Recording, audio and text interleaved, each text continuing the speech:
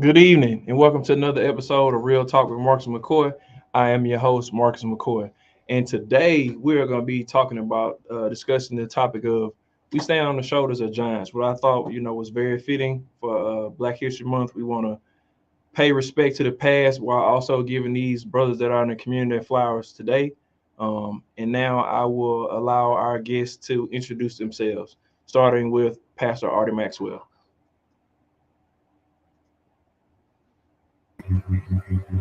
Well, I'll say good afternoon to each of you as we come together. Thank you, Marcus, for having me here today.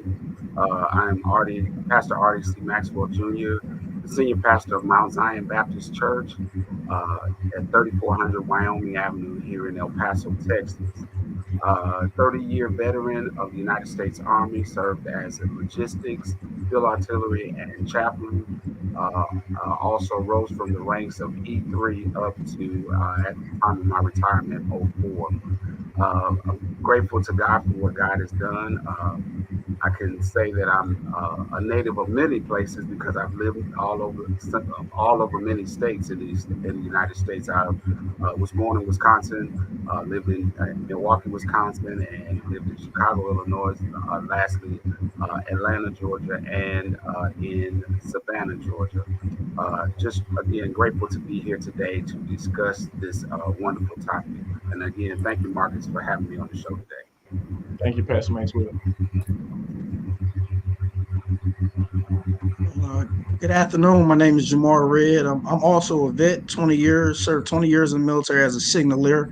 I'm a husband, father of 3 with 1 angel. I'm from Chester, Pennsylvania. My last stop throughout the military was here around Fort Bliss, El Paso area. I love the area, and like Pastor Maxwell said, thank you, Brother McCoy, for allowing us this platform to have this discussion that I think might be truly needed. Appreciate it.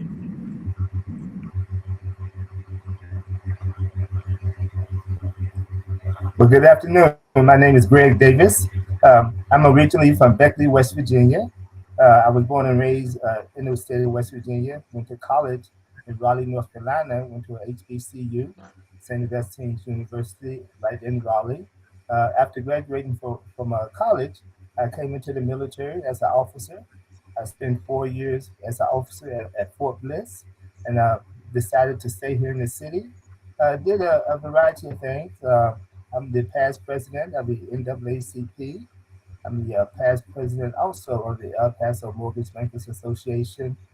Very, very active with my fraternity, Kappa Alpha Psi, and I'm currently the president of the board of directors of McCall Neighborhood Center. So glad to be here. Thank you very, very much for inviting me. Can't wait to get started. Definitely glad to have y'all on here. I definitely gotta, before we even dive into this conversation, I definitely want the people that are watching to know, like, these brothers are doing amazing things in the community. That's part of the reason why, this group of brothers came together to have this conversation.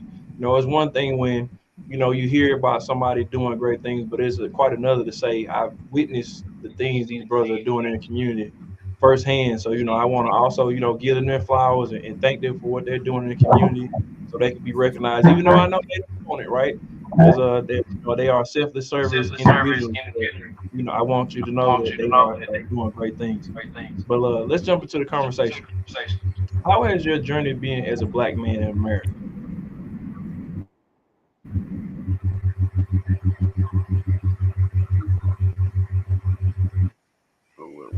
Who you want to start with? You got it, Pastor Maxwell. Okay. It's going to be on you all day. All right. Well, as a African American, or as I've heard coined just last week, American African, I found myself initially not understanding or being able to see color, But as I got older, I began to see the difference, the difficulties that come about when you are placed in certain situations. I can remember even back to my elementary school days. Initially, when we moved to Chicago, I attended a predominantly black institution, and it's still in existence today. Is Simon Guggenheim, which is off 71st and 71st Street in Chicago, and was doing well. Was able to even excel. Was skipped to from one grade from the second to the fourth grade. And then we moved to a different area, and then I began to understand and that was more of a melting pot area, but was experiencing a lot of discrimination. How can a person that had been doing so well all of a sudden be doing so bad? And I began to remember that. And so as I went through, I was understanding a lot of that. I even experienced it throughout military. I know sometimes we don't want to talk about that, but there is discrimination in the military being a black man. Uh, I remember a conversation I was having as a chaplain with another chaplain, and this white officer walked up and said, "Yeah, there's this guy that he said that every time he would come into a room, uh, uh, the tennis great. Y'all know who the tennis great is? Arthur Ashe." He said, "Yeah, Arthur Ashe." And lo and behold, I guess this guy didn't know. Well, of course, he didn't know that I was a member of Kappa Alpha Psi, which Arthur Ashe is a member of. And he said, but every time he would walk in a room, he would try to locate the black person in the room. And we're looking at each other like, what is this guy talking about? So, there were blatant times of racism without it being, put in our face. So it's sometimes difficult, but at the same time, I am glad to be who I am.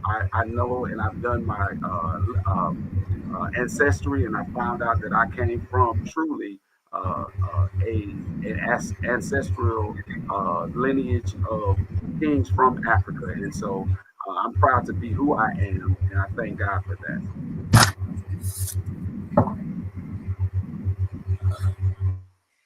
I would like to say the journey of being African American has been challenging, to say the least. It's depending on where, your circumstances and how your backgrounds can dictate, the circumstances, whether it's hostile or not hostile. If you grew up in the country, you grew up in the city, it'd be two different outlooks, whether you being African American there or African American there. The only commonality is no matter where you at on this earth, you'll face some type of discrimination. It doesn't matter if you're in a project or you're in a boardroom and it's only one African American there and you're surrounded by 19 other different ethnic citizen groups. It doesn't really matter. You're going to face it. But the one thing that I like is that it has made me adaptable. It made me be able to be able to conversate with people. The military helped me be able to adapt to any cultural differences. Because if you're in Iraq or if you're in Afghanistan, you're in Korea, you're not just going to make any old friend. So it allows you to be adaptable, but it is still a challenge no matter where you are. And just like Pastor Maxwell said, if you're, it doesn't matter if you're in a uniform or not. It doesn't matter if you're a millionaire or not. We see it on TV enough. We hear it on the radio. We see it on the internet. It's everywhere. It doesn't matter where you at. It's a gap in cultural difference. But being an African American here in America, I wouldn't change it for anything because I can look at someone across the room and know that they have some type of resiliency to them because no matter where they've been at in America, they've either had a harsh look, a purse clutch, a car door lock, numerous different things that other cultures don't really see. You know what I mean?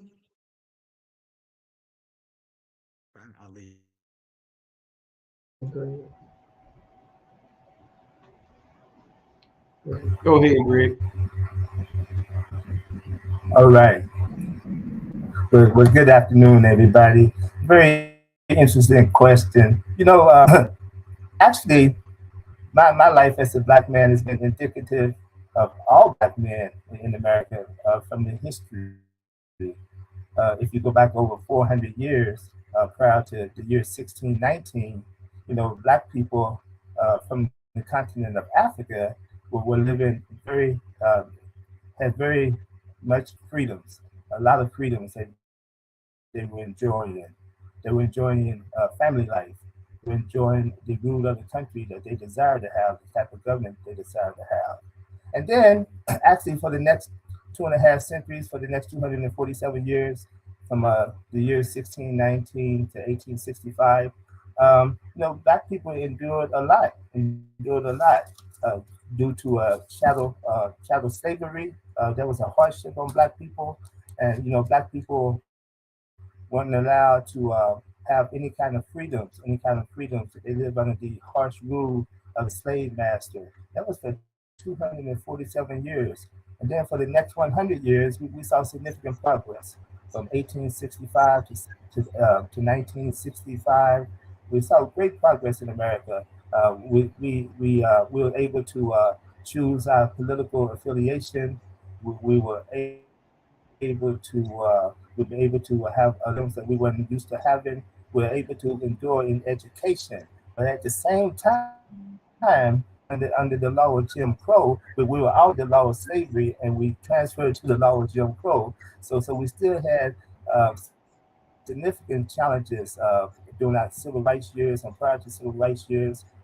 It has always been a challenge for black people. Now, coming to the day, which affects Gregg Davis, who was born in 1959 and lived through some of those really challenges of Jim Crow. I think we have made great strides in America. I think we have to credit those strides to a lot of people who came before us and who did the work that enabled us to be free as we are now and really progressing like we are now. So I think we almost back to the to the days that as far as our religious freedoms, as far as our type of that we experienced before 1619, and I think we have made America, to be honest with you. I think we have an economic base that we need to press on. We need to become more of a producer people more than a consumer people. So I think our economic power is adequate, and I think we just need to come together in mutual harmony to continue to strive in this country. Definitely all great points made from you all. So, for me, I always tell people I feel like I grew up in a place where it's the pinnacle of all these struggles that you talk about that people come from being black and all this other stuff. Feels like, I got to experience a lot of that. I mean, for those who don't know, I am from Jackson, Mississippi, which Mississippi in general historically has been one of the most racially charged states in the United States of America. Um, so, growing up, of course, I knew racism was a real thing. I got to see something firsthand. I've been a victim of police brutality, amongst other things. We talk about education, which is, in a lot of states like Mississippi, throughout the years, and it wasn't afforded to our type of, to our people, for lack of better term. So it's almost like other races have, a bunch of years head start on us when it comes to education, which kind of puts us, back in the uphill battle. But that is the reality of the situation. Um, Side note, I'm gonna make a statement. I want you all to give me, like, when you hear this statement, like, what comes to mind and what is your reaction to it? There is no progress without struggle.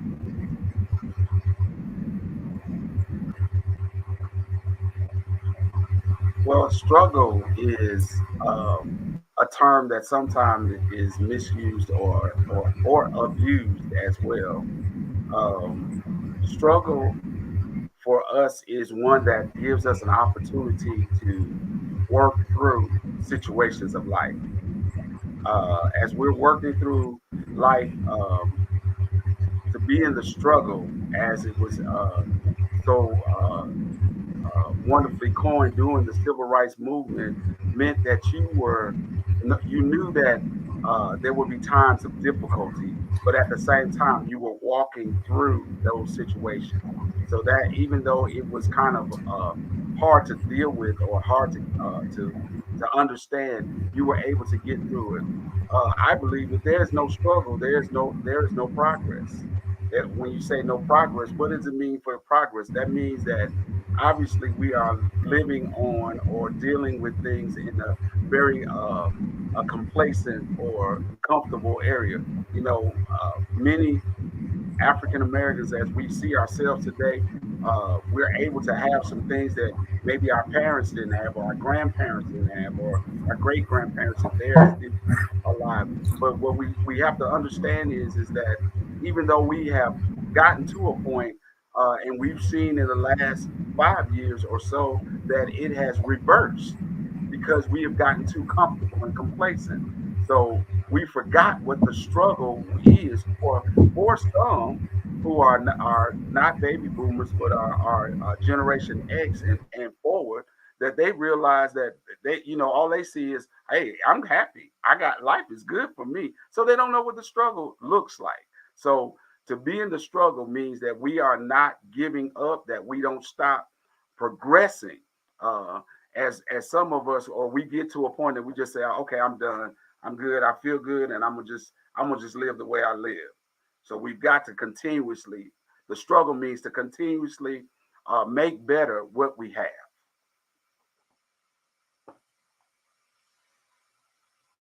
Great point. Great point. I believe struggle sometimes is necessary, because it allows you to develop problem solving methods to no matter where you are. You can either, we use in the military, was it fight or flight?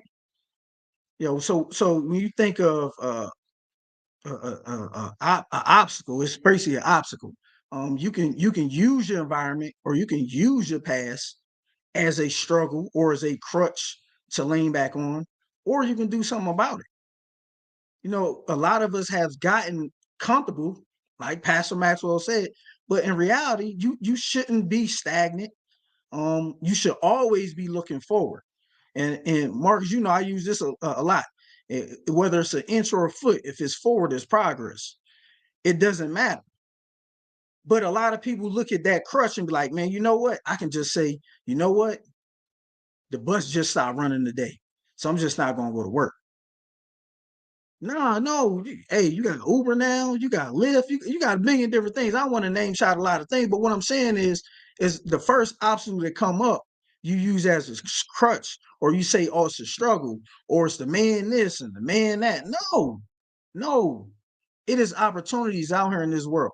I know you can't go 3 business across without a now hiring sign. Like it's ways to help yourself here. But people get comfortable with saying, oh, yeah, it's a struggle, it's holding me back. No, you're holding yourself back.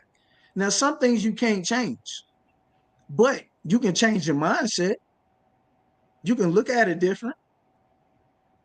You can look at the cup half full or half empty. But opportunities constantly present themselves. And it's up to you to either take hold of that plow or say, you know what, I'm gonna let this one pass by me. But don't use it as an excuse, because eventually people are going to see you as someone that just says, it's a struggle. It's a struggle. It's a struggle. And they more inept than not want to help you, because that's what you falling back on. Because I don't know no one, none of my friends likes to stay still. None of them.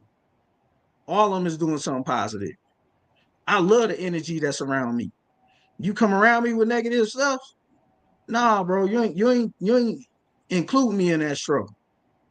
But if I have some uplift for you, hey man, maybe did you try this?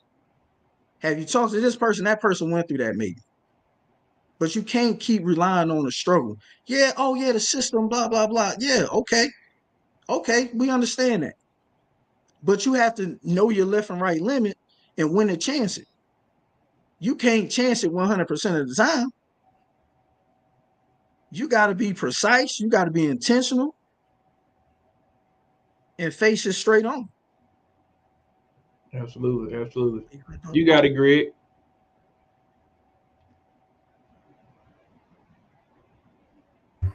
All right. I actually love this statement. I live by this statement. I live by a statement that's synonymous with this statement. This statement, there is no progress without struggle. Um, the statement that I live by is, with every difficulty, there is ease. And that's actually a verse, a quote from scripture. And in these depressing and trying times that we live in the world today, I think is a very interesting statement to live by because it is a message of hope. It is a message of encouragement for most people.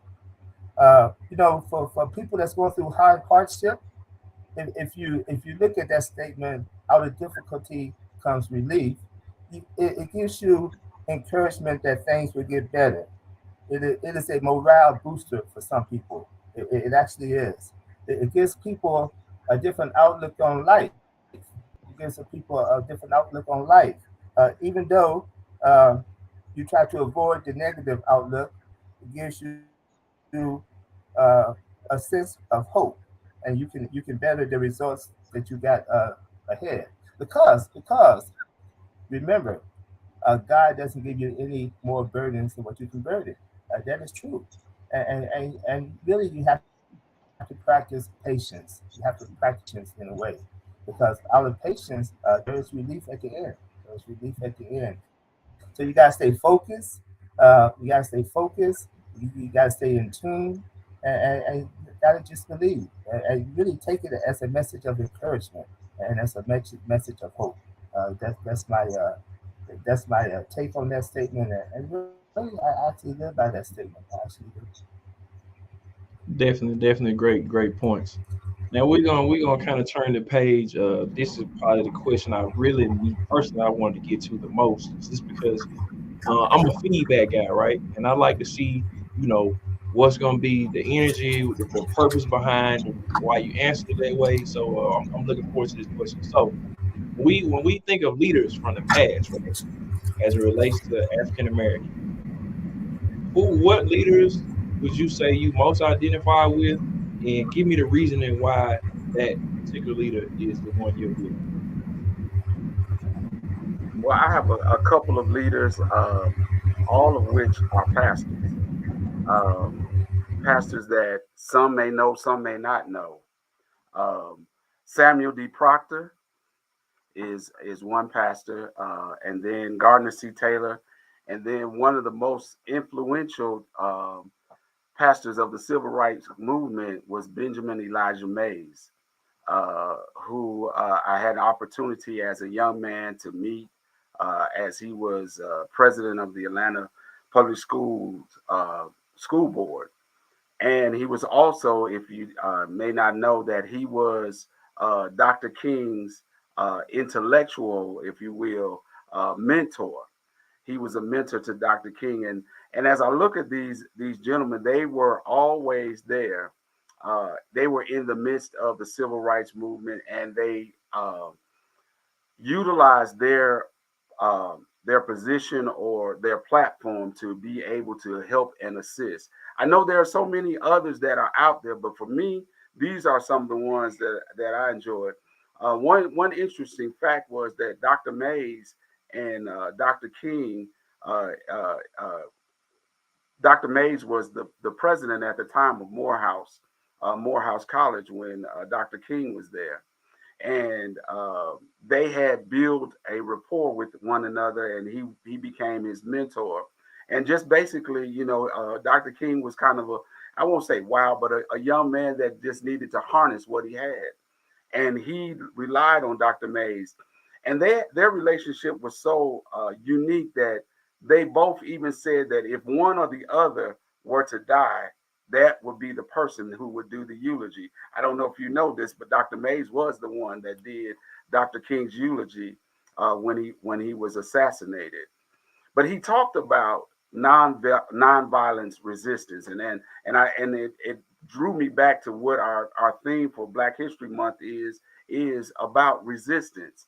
And he talked about how Dr. King uh, laid his life down, and he never ever he gave. There was a resistance, and sometimes when we talk about resistance, we think that resistance means that we have to, and if I can use this, act a fool. But you don't have to act a fool to resist, but you utilize those things that you have, and that's why these gentlemen, and I have so many in my had so many in my life, but these in particular are some of the ones who really shaped my theology, shaped my thought process, even when it comes to nonviolence social change, because we've got to stay out there. We got to stay in the struggle. Okay, I'm gonna go back to that word again. We have to stay in the struggle. We can't sit on the seat of this is what we've done. Sometimes we sit at that place and we think that it is okay and we've done what we need to do, but there is so much more that needs to happen. Dr. Gardner C. Taylor, many may not know that he was voted to be president of the National Baptist Convention of America, but due to some power struggles, if you will, there was some disagreements. But Dr. Gardner C. Taylor kept saying that there is more for us to do. There were many Baptist preachers who had decided that they didn't want to be involved with the civil rights movement because they were afraid. We saw the bombings, we saw all of the things that were happening, but they were afraid. But he says, if there is to be a change, we have to be that conduit of change. We stand behind this buckboard, as he used that time, to share with those who we come in contact with. We all have a platform, and if we don't use our platforms to progress us, then we just have a platform that is just there to glorify ourselves. So I use that each and every day as I go along my journey. I use the platform not for me, but to say we've got to move from this place. We can't stay where we are. What we did last year was last year. What we did 2 years ago was 2 years ago. But what are we going to do in 23? What are we going to do in 24 and forward? What is our legacy? What do we plan to give? So that is why these men who were instrumental in the civil rights movement, who were kind of quiet people, so to speak, but they were very instrumental, are so important to me. Man, awesome points, Pastor Maxwell.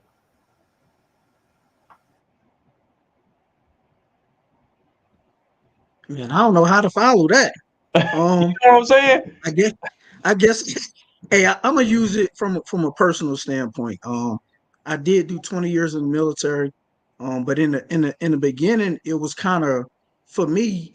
I thought the transition from uh, being an urban kid, someone considered from the ghetto, I thought it was a hard transition for me, seeing a whole bunch of different cultures. These two in particular, I'm not gonna say their names because I don't I'm not gonna do it, but one sat me down and was like, "Hey, man, I constantly hear good work about you, but the thing is, I always hear you. And coming from where I'm from, certain words I used to say because it just rolled off my lips because that's the way I grew." He said, "Man, you got to replace that. That's not accepted in these environments." He said, "Man, I'm an infantry officer. Um, about to be promoted to a rank of general."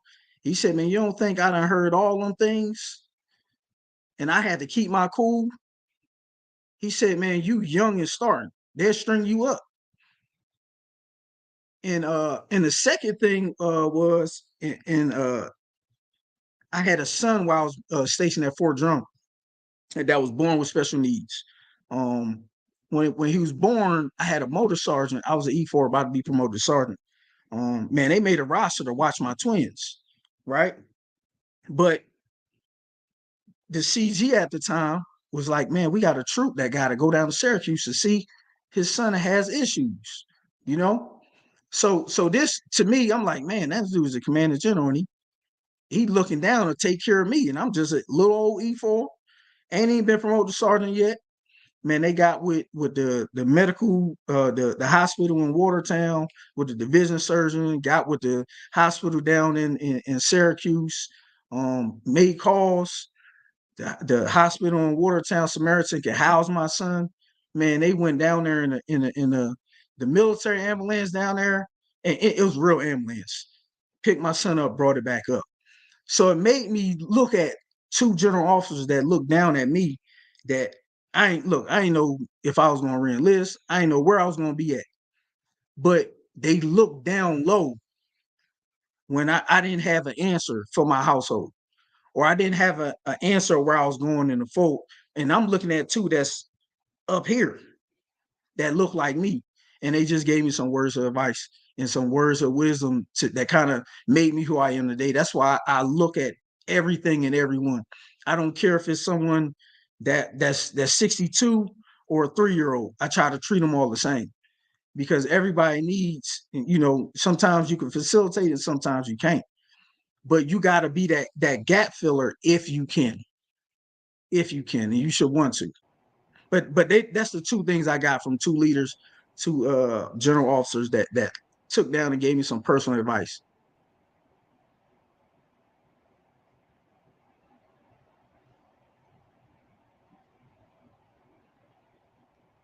On you, Greg.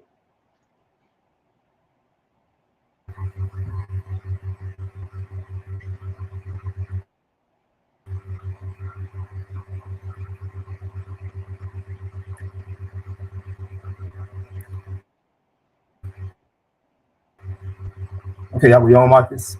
Yeah, we can hear you, Greg. Okay, very good, very good. What leader from the past comes to my mind as a great leader? First and foremost, Fannie Lou Hamer. Fannie Lou Hamer. Fannie Lou Hamer, born October 1917 in the Mississippi Delta in Montgomery County. Fannie Lou Hamer was a voting rights advocate and a women's rights advocate. What's important to know about Fannie Lou Hamer is Fannie Lou Hamer really only lived to be 60 years old. She died at 60 years old from breast cancer. And actually, Fannie Lou Hamer was in the struggle of actually civil rights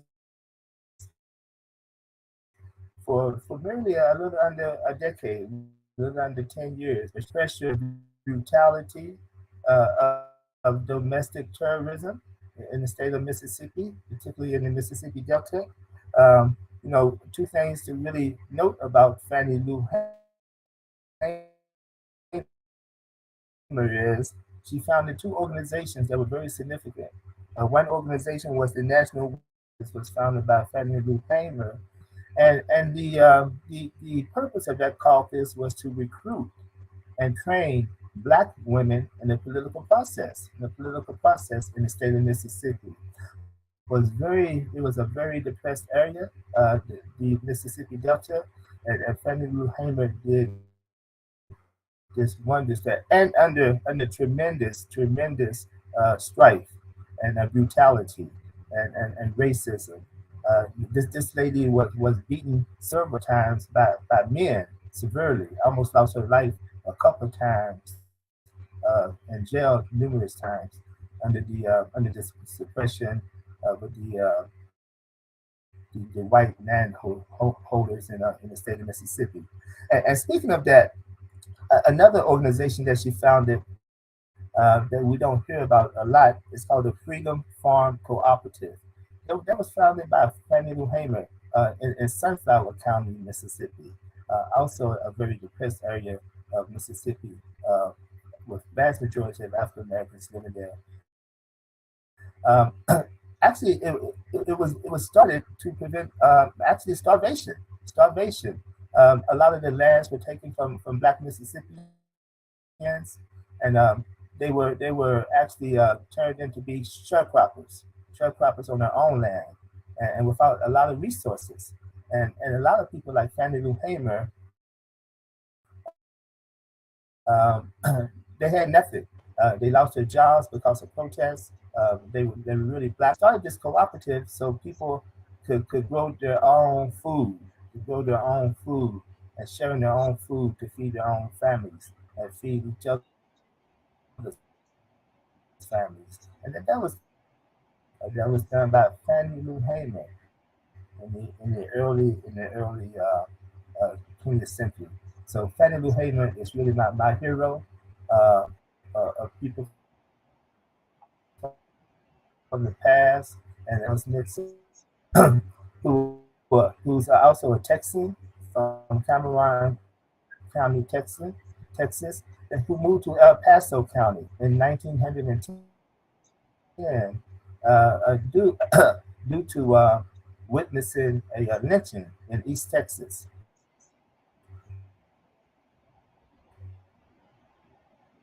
While in El Paso, he helped found the NAACP, which in the courts. His forte was voting rights also. He changed what's called the Terrell Law in the state of Texas in the early 1920s. He was able to get a Supreme Court victory, and that allowed African Americans to vote in the Democratic. Fannie Lou Hamer and Dr. Lawrence Aaron Nixon, those are my two champions. All right. So my turn, right? All right. So for me, there's a lot of people I can think of, to include Medgar Evers because that's close to me because I am from Mississippi. However, the person I am gonna go with, I don't know if there may be some people, watching that don't realize who this man is on my shirt or my sweater, but I'm going with Malcolm X, and I'm gonna give you the reason why I went with Malcolm X. So first, there's a lot of different reasons, but first, a lot of people don't know this about me. Obviously, my name is Marcus, but my dad wanted to name me Malcolm when I was little after Malcolm X. Now, however, I feel like there would have been a lot of pressure if you had did that. So, hey, Dad, I appreciate you for not naming me Malcolm X, even though I definitely appreciate the honor. For me, I think about it, and this is something me and Jamaar talked about earlier. I think the reason why I most identify with him is because he's not just some guy who had a perfect life before he became what we now know as Malcolm X. He had struggles. He went to prison. He was doing all kinds of things that he probably, for lack of a better term, shouldn't have been doing. Right. So to look back and see that transformation of where he started and where he got to is indignant or an example of what can happen when you're being led in the right direction, right? Um, I'm sure a lot of us seen the movie Malcolm X, and I've done a lot of extensive research on Malcolm X, and he was a man. He struggled with a lot of things when he was quote unquote red. He struggled with alcohol. He was chasing after women, like you name it, he did. He gambled, but although he was a member of the Nation of Islam, and I'm sure he believed in Allah. I still feel like we all believe in that one being, right? And I feel like he got his eyes focused on that, right? Then everything else that was white noise just began to disappear because then he was in his purpose or walking in his purpose, right? So I think it resonates for me because, growing up in Mississippi, being where I am right now, everybody always expects somebody to be perfect, right? That does not exist. It's kind of like we go back to there's no progress without struggle. Everybody has went through something. You're not, none of us are the same person we were 20 years ago, right? So I feel like that's why I really resonate with it, is because man, he took that situation and he was led to do something greater. And he did that. The other side of it is, for me, is I'm gonna say this and I'm gonna turn it back over to you all for your information and your feedback, is he is an example of many of our great black leaders in history who fell victim and demise to their own people. Make no mistake about it. It was his own people ultimately that led to what happened to him. So in saying that, my question is to the group: why is it do we seem to, as black people, we just seem to undercut each other? We don't want to see each other's progress. Like, why do you all feel like it's like that?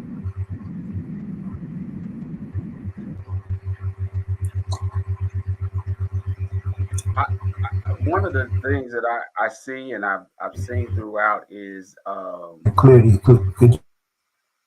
is the fact that we try to figure out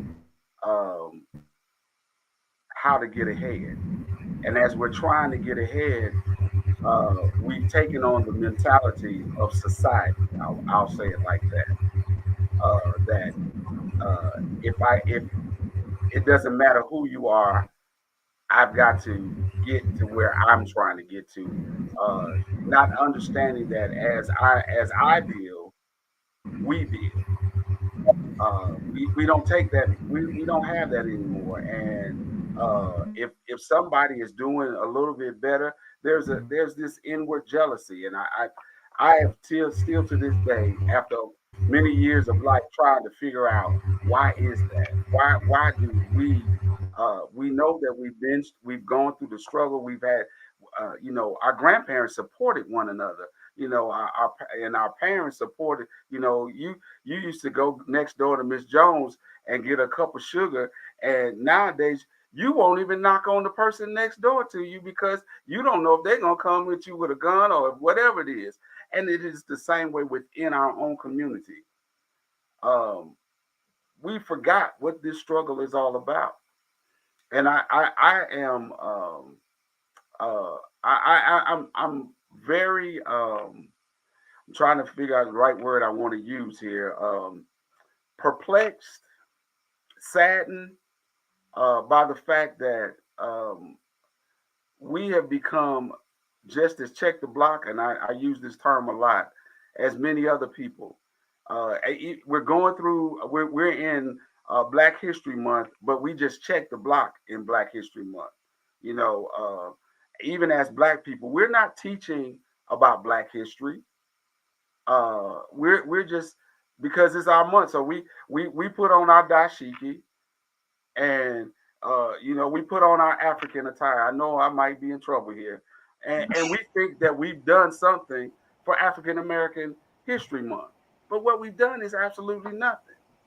But we will tear each other down before we build each other up. So now that there are those out there saying, in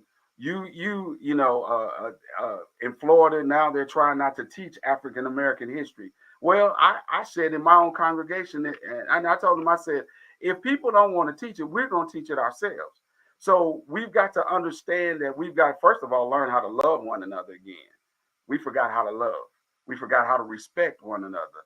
I got mine, but I don't need you to get no more than what I got, because I want to be better than you, instead of saying we're all going to be in this together.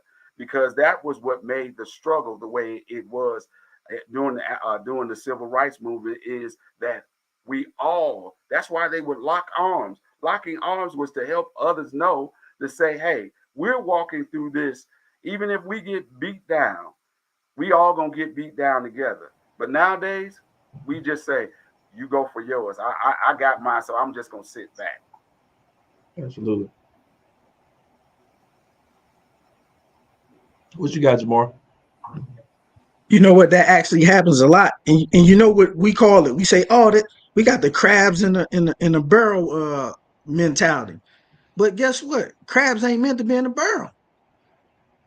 So it's sometimes it's the environment that really clouds our judgment. We'll see something on Newsweek or your Facebook or whatever, and we hop on every trend.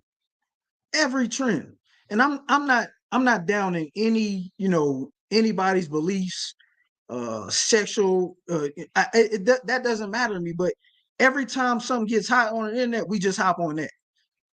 2 weeks ago, we had the young man with the cop situation.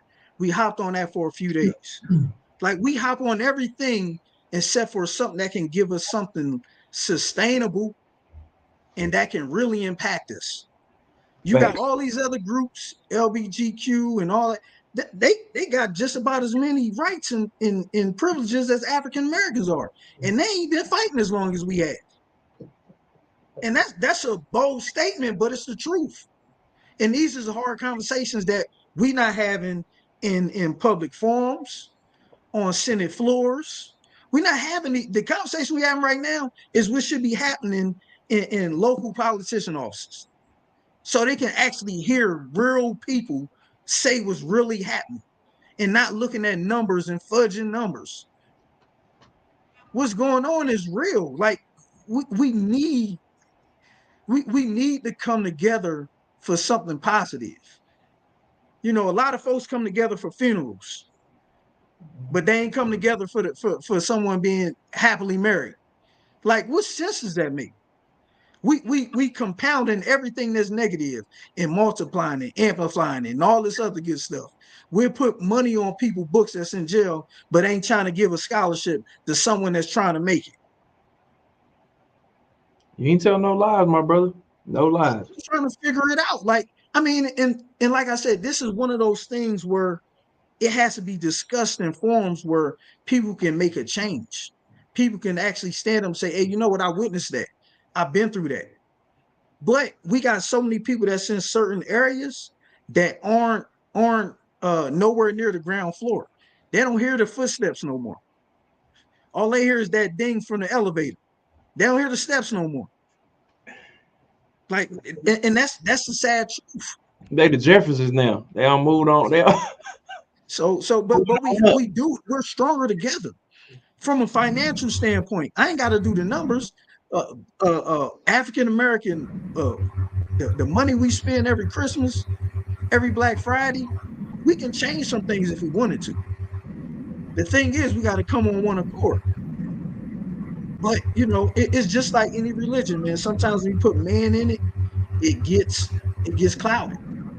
You know, most organizations, if you read their bylaws or their constitution or just their SOP, black and white, it looks like a perfect ideal situation for everyone that's involved.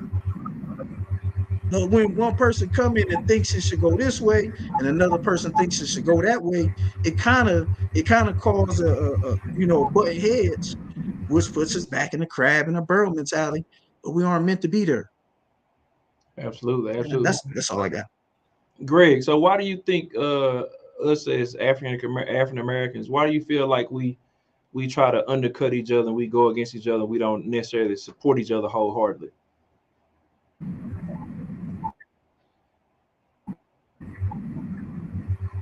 Well, I think it starts with family structure. It starts with family structure. It starts with self. It starts in your household. I look at my upbringing. I'm from a state that's probably maybe even poorer than Mississippi, Marcus, West Virginia. So I think we both states are right there at the Hey, poverty Greg, we're level. gonna have to fact check But that. I look at my upbringing from a very underserved community. Yeah, a very underserved community, a very humble lifestyle. But you know something? Actually, we loved each other. We loved each other. We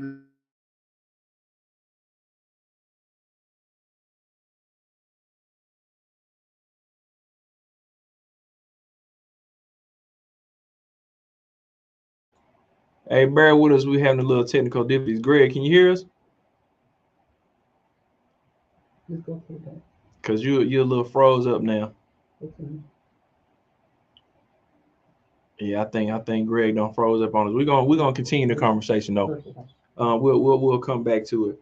For the people that's watching, what would you say for the group would be something that you want people to know about our culture in particular?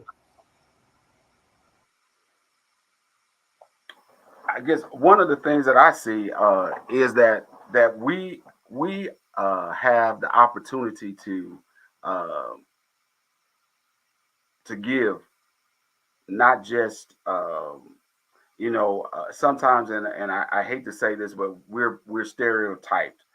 We can sing, we can dance, but we miss that we have people that are intellectually sound and can speak and can do other things. But it's always that we go to it to an event.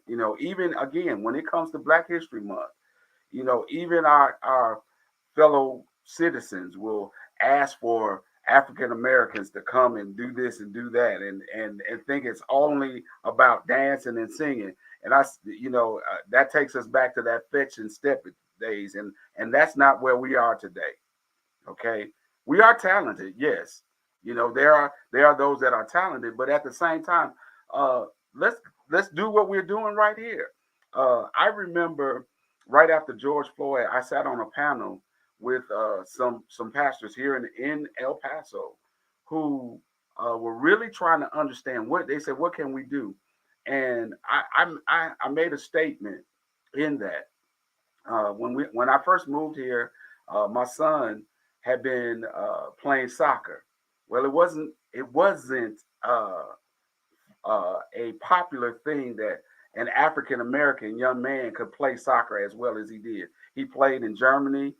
He was even asked to come and he was coached by different people, and all I could see, even here, and I made relations to it, was the fact of that even here, being in El Paso, there is this oppression of being who we are, and being oppressed and saying, there you can't do that. If you do something better than anybody else. So I think what people need to understand is that we are just as talented. We're just as intellectually astute as anyone else. And we have the ability to do exactly what anybody else, any other person can do.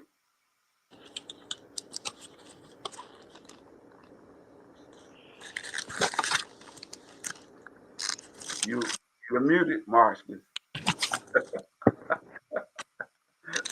Hello? I would say, in regards, what I would like for the culture to know about our culture is we're a resilient bunch. Yeah. Like you look at it, just look at history. I mean, you can go through inventions, air conditioning. You can go through a holiday meal, chitlins. We turn nothing into something. It don't no matter what it is. We're a resilient bunch. Mm-hmm. I mean, years and years and years. I mean, from slavery to daggone policies and procedures to keep us down. Like, we've overcome so much. And the fact of the matter is that we have the current millennial group. I don't know, the Z group, what they call them, the Z generation. They're losing all that. Yes, whatever it is. Hey, the thing what I'm trying to say is that they don't realize, the history part. They're into what's feeding them now, not realizing all the struggles that we went through in the back. They looking at rap music, all it talks about shooting, stabbing, robbing. They listen. I mean, even R&B ain't even R&B. They skip everything. They go straight to the bedroom. Like, we're not focusing on past accomplishments, right. And letting them know we've already seen that. We've seen the worst. And let's turn this around and make it better for us, because we see what other cultures can do when they combine. Mm-hmm. I don't think the world can possibly be ready for us if we combine. If we can't combine all the continents and world, different states, cities, countries, if Black folks came together, not on a hostile tip, but on of, how can I help you out? You got a business, you can network, you know what I'm saying?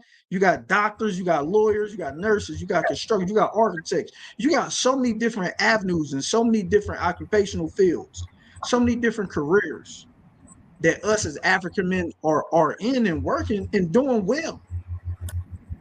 But that don't get spotlighted. What constantly gets spotlighted is one of us in an African American getting shot, killed, stabbed. No lies. We aren't big on, celebrating who we need to celebrate. Yeah. Let me say something real fast. I think it's kind of ironic that Murphy's Law, for some reason on this show today, Murphy's Law is just doing this thing. My mic wasn't working. Then Gregg, we couldn't get no come up from him, but I think it's just a microcosm that the devil's trying to stop us from having a conversation. It's gonna get out there. We're gonna have it regardless. I need the people out there watching to realize that. Gregg, Marcus, can y'all hear me? Yeah, we can hear you, Gregg. Anyway, I was saying Okay. before it came out is what's something about Am our I on? culture that, can you hear me, Greg? Greg, can you hear me? Yes, yes. Okay. What do we love about our culture? Yes. Yes, yes. What do we love about our culture? I love a lot about our culture. I love a lot about our culture. I like to start it with I love our women, our black women. I think they are a big part of our culture that we need to give total respect to and receive guidance from. You know, I'm from a family of women, and I think women are a very important part of our culture. You know, I love the different variations of colors in our culture. I really do. I love our different complexions. I love things like that. What I really love about our culture, I love the way we cook the food. I love the way we cook the food. I love our signature dishes in the African American community. I love our creativity. I love our athletic ability, our artistic ability. There's a lot to love and cherish about this African American culture. I like the way we have our religious diversity. I love that about the African American culture and how we can come together in unison uh, amongst that diversity. So I love a lot about our African American culture. Okay. Definitely agree. Hey, Greg, I love the food too, brother. Look, let me tell you something. I gotta, I always I gotta have a mode where I go off script, right? So I was in Atlanta last week, right? Man, I had greens, cornbread, candy, sweet potato pie. Look, I love El Paso, but I almost didn't come back, man. It was about to be I'm over with. But good. it, um, so since we are again, we're highlighting, Black history and the things that people doing. Uh, A lot of people don't might not know this, but Greg is the president for the board of directors for the McCall Neighborhood Center, right? A place that has become definitely near and dear to my heart. I just want Greg to kind of speak to the history of the McCall Center and tell the people listening, what's the significance of the McCall Center when it comes to our history. yeah, absolutely.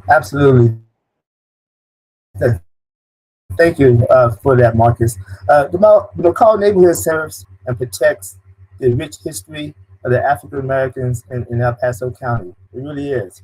And we try to do that in an atmosphere that is pleasing to the young and the old. We offer a variety of integrated services throughout the McCall Neighborhood Center. And these services that we offer, we do it to try to enhance the quality of life amongst our community and amongst just a community associated with the McCall Neighborhood Center that's around the community, that East Central neighborhood. We want the McCall Neighborhood Center to be a focal point of the community, a focal point of building a community spirit, the community spirit, a focal point of building a community spirit with hopes that it would initiate community revitalization. That's very important to the McCall Neighborhood Center. Just to give you a little bit of history, on December the 1st, 1984, Leona Ford Washington, she established what was called the McCall Heritage and Cultural Center in El Paso. A little bit of history about Miss Washington. She was a community activist, she was an educator, and most importantly, she was a visionary. What Miss Washington did after 1984, she addressed the city of El Paso. And at that time, it was under the leadership, I think, of Mayor Jonathan Rogers and maybe City Councilwoman Polly Harris. But she was able to get a non-forgivable loan from the city to construct and make improvements to the McCall Neighborhood Center. And once that was done, it was then called the That's when the name was actually changed to the McCall Neighborhood Center. Like I said, initially it was the McCall Cultural and Heritage Center and changed after 1984. So Miss Washington, she later became known as the founder of the McCall Neighborhood Center, and she was very active as the executive director all the way into the mid '90s until she passed away. So we love that history about the McCall Neighborhood Center. The McCall Neighborhood Center is a meeting place. A lot of organizations use McCall Neighborhood Center as a gathering place. A lot of organizations, particularly African American organizations, are certainly not limited to African American organizations. One thing I want to let the people know about the McCall Neighborhood Center is the McCall Neighborhood Center is run by us, the people. We receive no financial support from the city, no financial support from the county, from the state of Texas, or from the federal government. We are a self-sufficient center here in El Paso, and we depend on the kind donations from people like you and others that keep the McCall Center going. It's very important to us. The McCall Center was a house given to the city of given to the African American community by Mr. Marshall McCall and his wife Ola Lee McCall. Just a little history.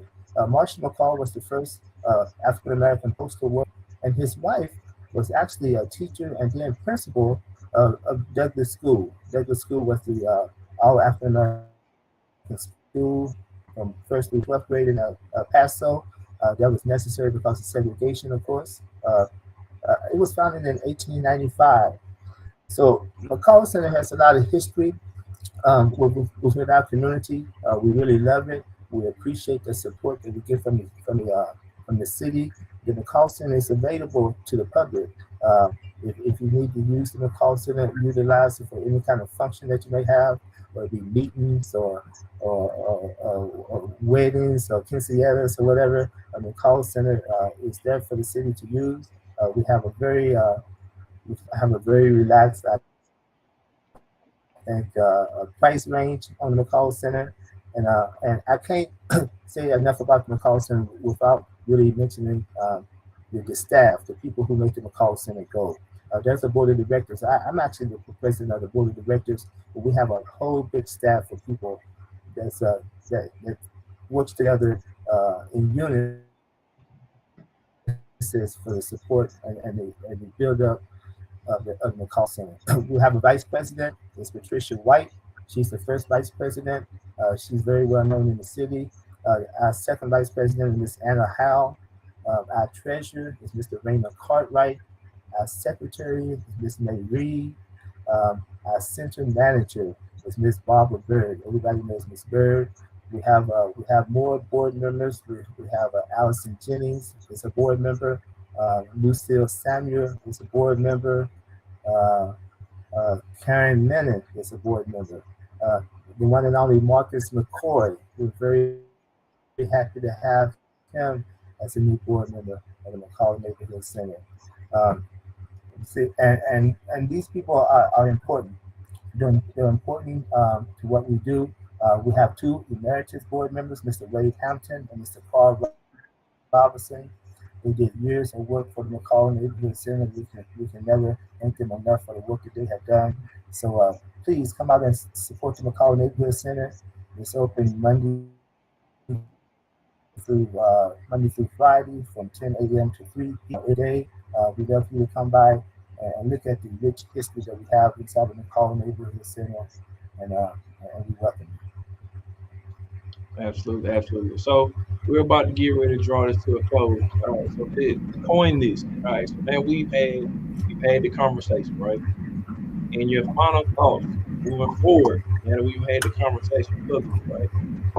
What are your final thoughts on what we do move this point right here?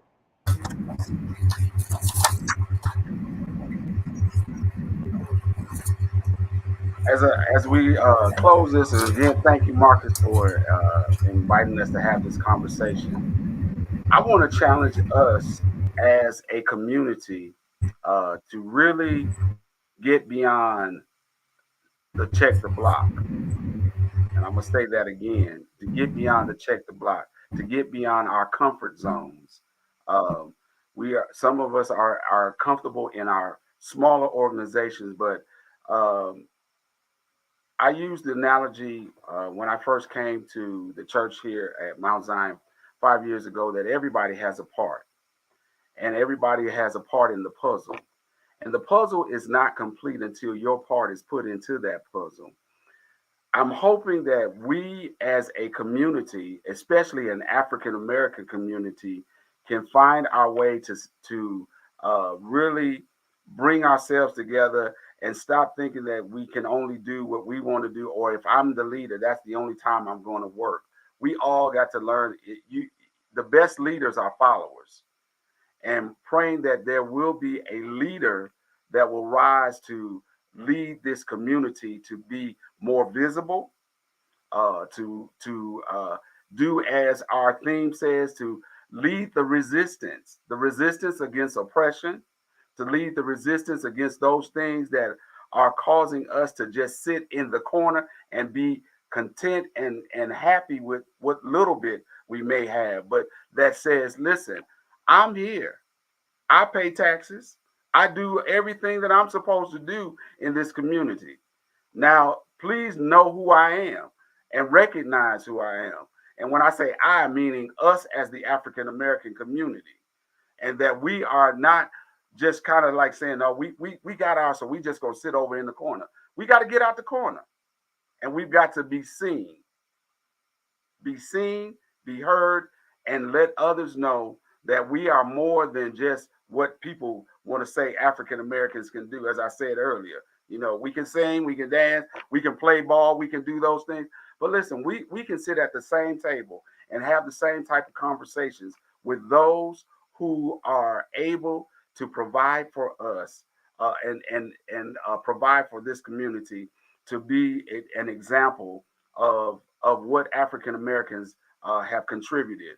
Again, I'm a pastor of a church that's been here 105 years. There are two other churches, or three other churches that have been here a little bit longer and have a lot of history in this community. But most people don't know it.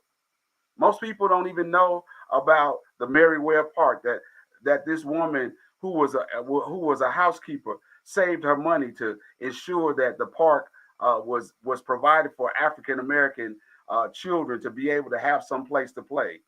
It's more than just a place that we have once a year on Black History, after the Black History Parade. It is supposed to be a place that we should be able to gather and say, this is our spot, because this woman gave her blood, sweat, and tears for us. Let us begin to start talking about what our history is and move forward, not stay there though, because sometimes we want to rest in the laurels of what our history is and think that that's it.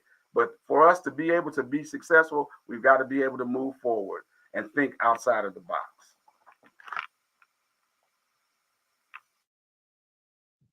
I agree wholeheartedly with Pastor Maxwell said.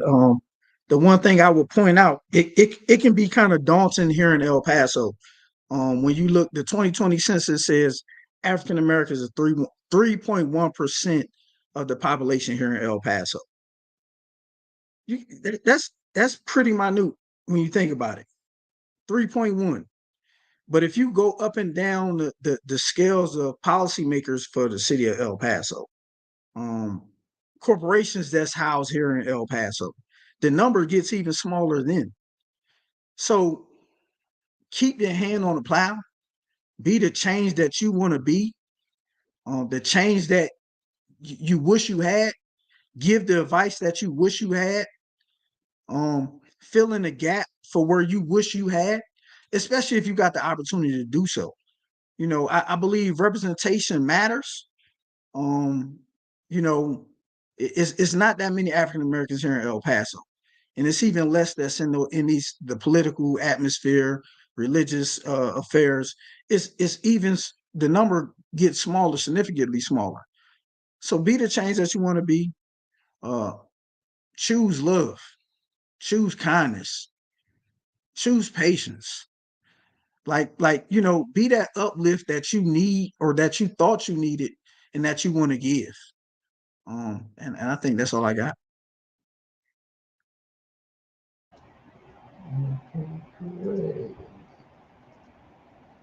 No, you, Greg. Paso. Okay. What would I like to see in El Paso? What is the vision of El Paso for me? It's a shared humanity. of good people getting together and producing change, overcoming obstacles, overcoming injustices, and fighting racism. That's what I would like to see that happen in El Paso. And we have to do this collectively. Collectively, we have to come together, display all our differences, and have a common goal. And actually, we have to depend on the leadership, the African American leadership in El Paso. I challenge everybody to join the NAACP, for example. That's the original organization that we had in our community. There's many things in community, and actually we need to get together as one group to do it, because as I always say, education is the key. I think we have a financial base here where we can pool our money together and do something good for our people with the right guidance, and I think that's extremely important. And that's my vision for El Paso: economic security, along with humanity. Awesome. So first and foremost, I definitely want to thank all three of you for being on here for this amazing conversation. I look forward to having more conversations like that in the future. I definitely want to point out that something that we have to offer is Black History Parade. It is coming up, and whether you black, white, Hispanic, I'm asking the citizens of El Paso and the surrounding areas to come out and support it. Support it the same way you support the Christmas parade, the Thanksgiving Day parade.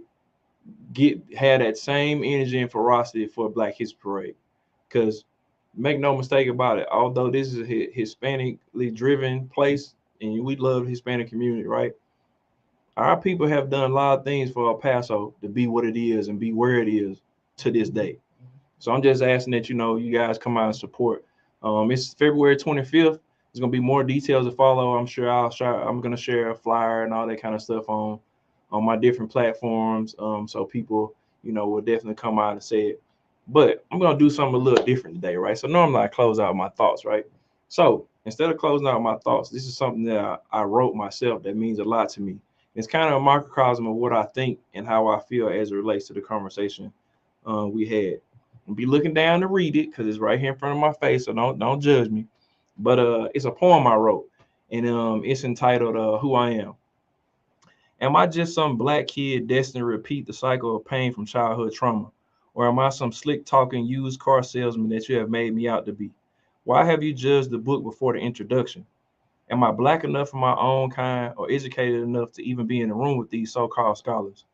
Why is the stock of being real at an all-time low? Does that mean the stock market is about to crash? Why is my potential and success measured by those who are mathematically illiterate? How can I move forward when gravity is constantly pulling me back? Why is my mental health tucked away like an old picture in the closet that no one wants to see? Why do I always have to be strong, afraid to release the scent of vulnerability? Do you really truly see me for who I am? Why tell me to shoot for the stars, then shackle my hands and feet so I can stay grounded? Or is your intention to shoot me down so that I never take flight? What would they say when your story is written? Am I a gem found in the rubbish or the dirt from which it came? All these answers have all these questions have simple answers. I am much more than you anticipated and more complex than you can comprehend. I am Black in America.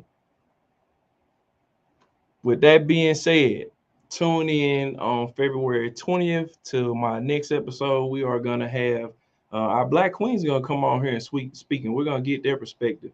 But until then, El Paso, it's been real.